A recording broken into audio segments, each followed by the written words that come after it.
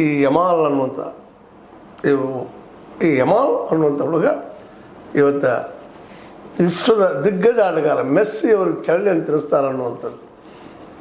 ಏನೂ ಏನು ಹೆಂಗೆ ಆಗ್ತದೋ ಗೊತ್ತಿಲ್ಲ. ಆದ್ರೆ ಒಂದಿಲ್ಲ ಅವ್ನು ನೆನ್ಪಿಡ್ಬೇಕಾಗಿದೆ, ಇಂಗ್ಲೆಂಡ್ ವಿರುದ್ಧ ಆಡಿದಂಥ ಮೆಸ್ಸಿ ಆಟ ಮಾತ್ರ ಸ್ಮರಣೀಯ.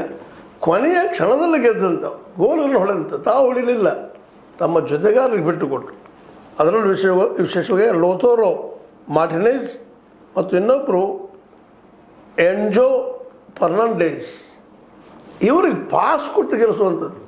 ಇದು ದೊಡ್ಡ ತ್ಯಾಗದ ಮಾದರಿ. ಬರಬೇಕಾದ ಆಟಗಾರರು ಇರಬೇಕಾದ, ನಾನೇ ಹೊಡಿಬೇಕು ಗೋಲ್ ಅಂದರೆ ಸಾಧ್ಯ ಇಲ್ಲ. ಇಂಥ ಸಂದರ್ಭದಲ್ಲಿ ಪಾಸ್ ಕೊಟ್ಟು ಬಲಿಷ್ಠ ಇಂಗ್ಲೆಂಡನ್ನು ತಲೆ ಬಗ್ಸೋಂಗೆ ಮಾಡಿದ್ರು.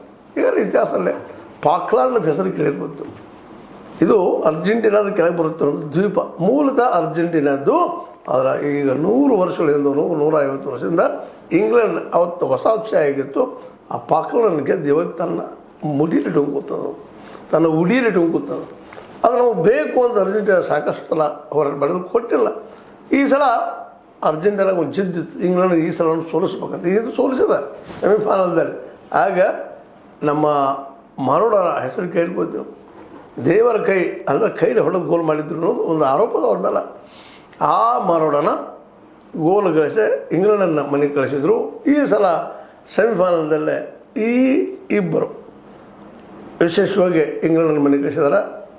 ಈ ಮೆಸ್ಸಿ ಮತ್ತು ಜೊತೆಗಾರ ಭಾಳ ಅದ್ಭುತವಾಗಿ ಕೊನೆಯ ಒಂದು 7-8 ನಿಮಿಷಗಳಲ್ಲಿ ಆಗುವಂಥದ್ದು, ನೋಡೋದ್ರಲ್ಲಿ ಆಗುವಂಥದ್ದು. ಅದರಲ್ಲೂ ಕೊನೆಯ ಕ್ಷಣದಲ್ಲಿ ನಡೆದಂಥ ಗೋಲ್ ಅಂತೂ ಅತ್ಯದ್ಭುತ. ಹೀಗಾಗಿ ಮೆಸ್ಸಿ ಅವರ ಹೆಸರು ಇಡೀ ವಿಶ್ವದ